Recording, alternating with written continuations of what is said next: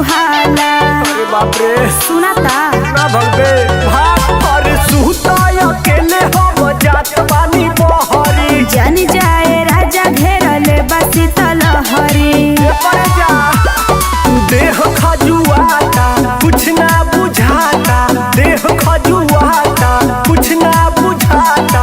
बुझा तू परेशानी, अरे बुझा तू परेशानी।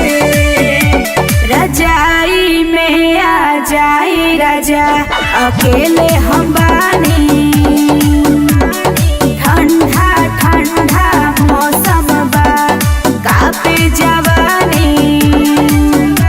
रजाई में आ जाई राजा अकेले हम बानी। ठंडा ठंडा मौसम बा कापे जवानी।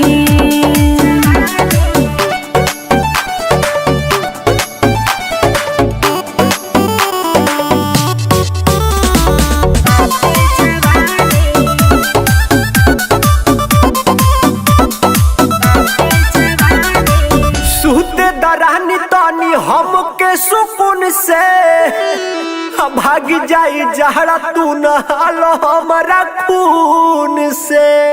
ई का कहता रहे राजा का कहिए करे जा केतनो रजहिया ओढ़ी राजा नाही झाड़ जाला। आ भीतरी से घुसे हवा कापी हमार हाड़ जाला। तोरी बहन के आँख मारो सौर भइल भारी निकले मुँह से गारी। सौर भइल भारी निकले मुँह से गारी। बड़ा न मन मानी, अरे बड़ा न मन मानी। रजाई में आ जाई राजा अकेले हम बानी। ठंडा ठंडा मौसम बा कापे जवानी। रजाई में आ जाई राजा अकेले हम बानी। ठंडा ठंडा मौसम बा कापे जवानी। आ जाए ना हो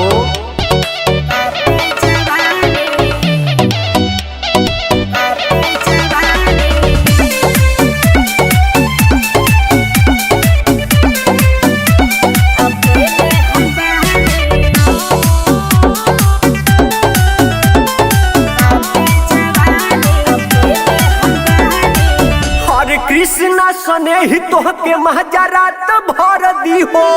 लगालो हीटर भीतर रानी लागी नाही सरदी हो। अरे ढेर तोरे ठंडी लागत त हई चादर होले करे जा ओढ़ले। रजऊ अमित जनी ओढ़ा के जा तू चौदर हो। हमारे जवनिया के तू कहर थोड़ा कदर हो। हाय हाय हाय हाय हाय दिमाग जाई भरमी छोड़ दबे सरमी। दिमाग जाई भरमी छोड़ दबे सरमी।